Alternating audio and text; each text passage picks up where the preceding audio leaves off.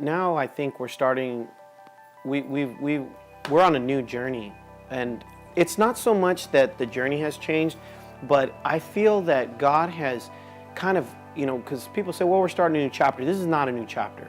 God actually closed the book, shelved that book, and God is writing a whole new book in our story. Our story is like a whole new book.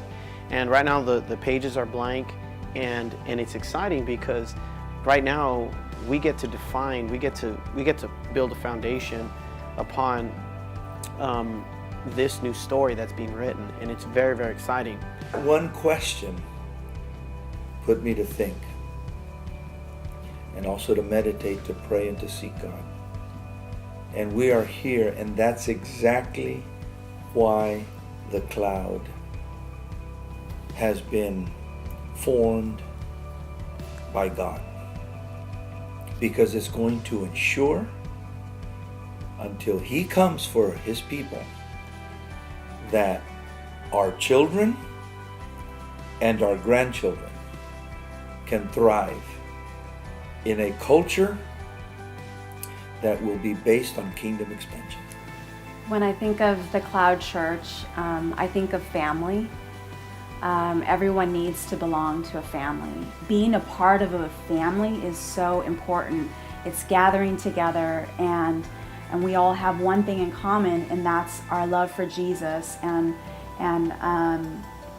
when we share that love for one another, we are a reflection of Jesus. Through the Cloud Church, my mind was revolutionized. My heart was revolutionized in saying that now you matter.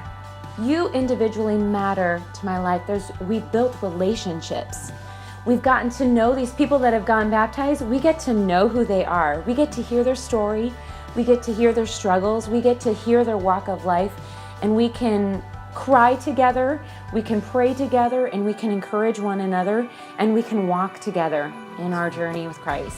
We are a church that feels and believes that loving people is not just about saying it with our speech, but it's like 1 John says, it's action.